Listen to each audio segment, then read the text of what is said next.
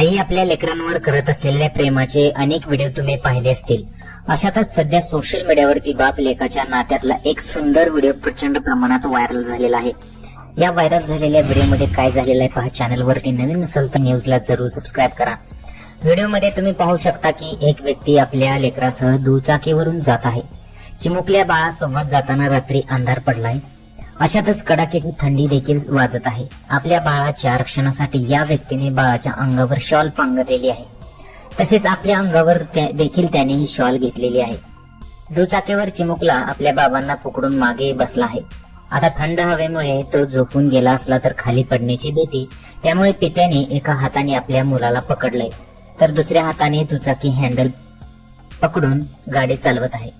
प्रवास करताना आपल्या बाळाला काही होऊ नये यासाठी बापाने घेतलेली काळजी एका व्यक्तीने आपल्या फोन मध्ये कैद केलेली आहे.